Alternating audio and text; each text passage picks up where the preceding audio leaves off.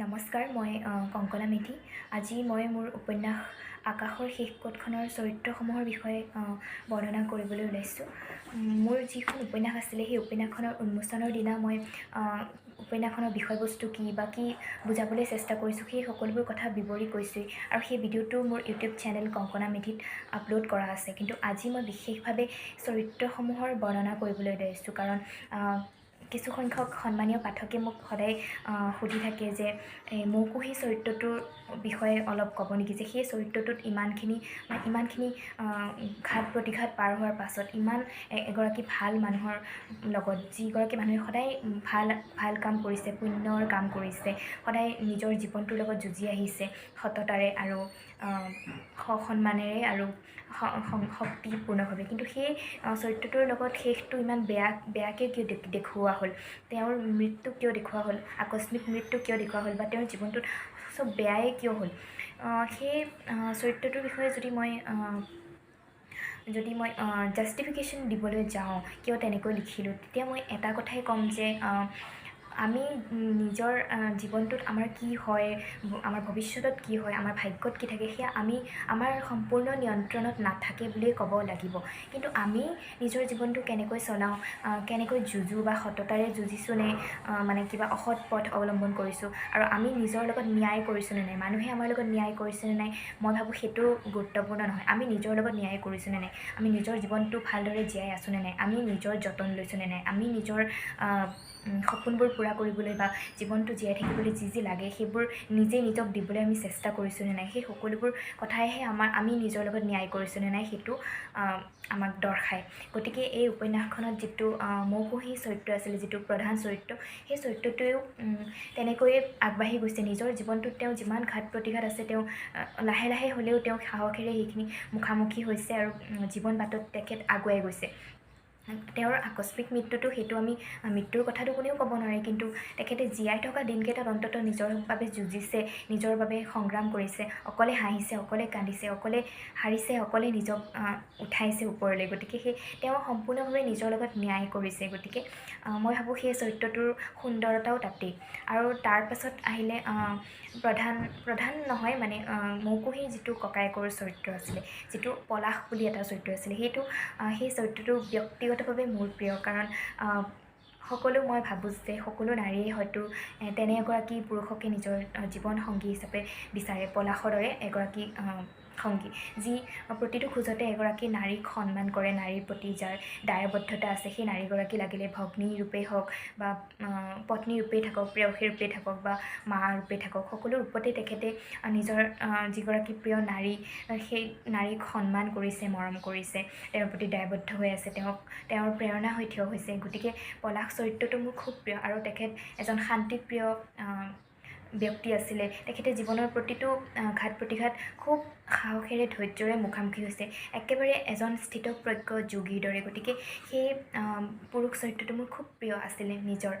তাৰপাছত আহিল নীলাপ বুলি যিটো চৰিত্ৰ, যিটো প্ৰথমখিনিত ইতিবাচক হিচাপে আছিলে, পাছলৈ অলপ নেতিবাচক চৰিত্ৰ হিচাপে বিবেচিত হ'ল উপন্যাসখনত। কাহিনীয়ে সেইটো মোক নিয়াবলৈ বাধ্য কৰিছিল, কাৰণ আমাৰ জীৱনত এনেকুৱা কিছুমান মানুহ লগ পাওঁ যাৰ বাবে আমি হাজাৰ কৰিলেও, হাজাৰ তেওঁৰ ভালৰ বাবে প্ৰাৰ্থনা কৰিলে, তেওঁৰ মংগলৰ বাবে কামনা কৰিলে, তেওঁৰ বাবে মানুহে যে কয় 100% দি দিলোঁ বুলি যে কয়, সেই 100% দি দিয়াৰ পাছতো তেখেতৰ আমি মন জয় কৰিব নোৱাৰিব পাৰোঁ, তেওঁৰ বাবে আমি যথেষ্ট নহ'ব পাৰোঁ।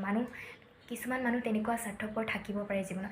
ন্যূনতম সন্মানখিনিও প্ৰদৰ্শন যোনে নকৰে, ন্যূনতম মানৱতাখিনিও যোনে প্ৰদৰ্শন নকৰে, সময় সোঁতত সকলো তেওঁ পাহৰি যায়, সেই তেনেকুৱা এটা চৰিত্ৰ আছিলে নীলাপ। তেওঁ উচ্চাকাংক্ষা বহুত আছিলে তেওঁৰ মনত, কিন্তু শেষৰভাৱে তেওঁৰ মানসিক যিটো চৰিত্ৰ সেইটোৰ স্খলন ঘটিছিলে।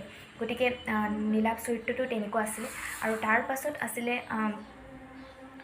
অনুৰাগ বুলি এটা চৰিত্ৰ, যিগৰাকী তেওঁ এগৰাকী কবি আছিলে, এগৰাকী ভাল প্ৰেমিক আছিলে।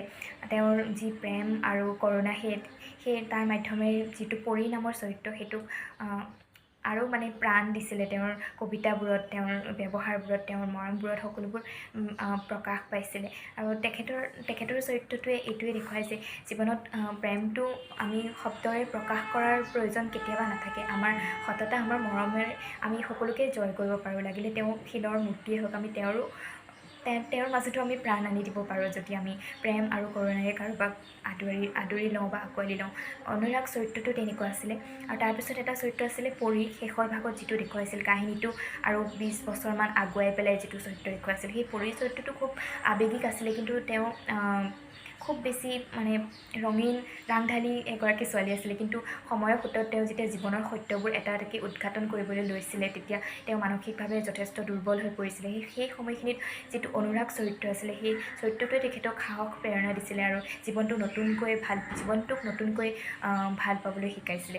গতিকে সেইটো চৰিত্ৰও মোৰ খুব প্ৰিয়। আৰু তাৰ মাজতে এটা চৰিত্ৰ আছিলে স্নেহা বুলি চৰিত্ৰটো এগৰাকী সহজ সৰল নাৰীৰ চৰিত্ৰই দেখুওৱা হৈছে, যিটো এগৰাকী পুৰুষৰ প্ৰেমত যিটো চৰিত্ৰই পূৰ্ণতা পাইছিলে। আৰু তেখেত পলাশ নামৰ যিটো চৰিত্ৰ, সেই চৰিত্ৰটোৱে যিটো স্নেহাৰ জীৱন আছিল তাৰ মানে উত্তৰণ ঘটাইছিল, সাহস হৈ থিয় দিছিল। কিন্তু সেই চৰিত্ৰটোত ইমান ধুনীয়াকৈ এগৰাকী, মই ভাবোঁ, ভাৰতীয় নাৰীক চেষ্টা কৰা হৈছে অন্ততঃ মানে উপস্থাপন কৰিবলৈ।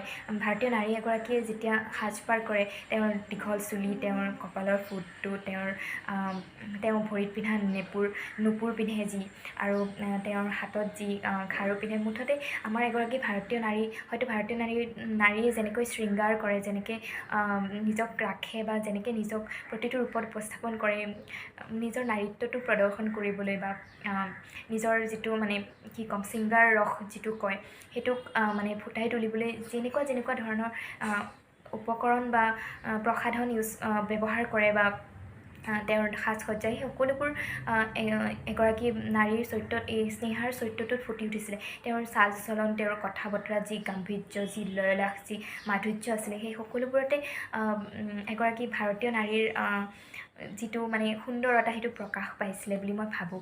গতিকে এই সকলোবোৰ চৰিত্ৰ লৈ উপন্যাসখন আছে। আৰু সৰু বৰ আৰু বহুতো চৰিত্ৰ আছে, যিবোৰৰ মাজতো আমি জীৱনটোক বিচাৰি চাব পাৰোঁ। উপন্যাসখনত বহুতো গানৰ কলি মই চৰিত্ৰসমূহৰ মুখেৰে গুণগুণাবলৈ চেষ্টা কৰিছোঁ, যিবোৰ গান আমাৰ আজিৰ প্ৰজন্মই হয়তো নুশুনে। আমাৰ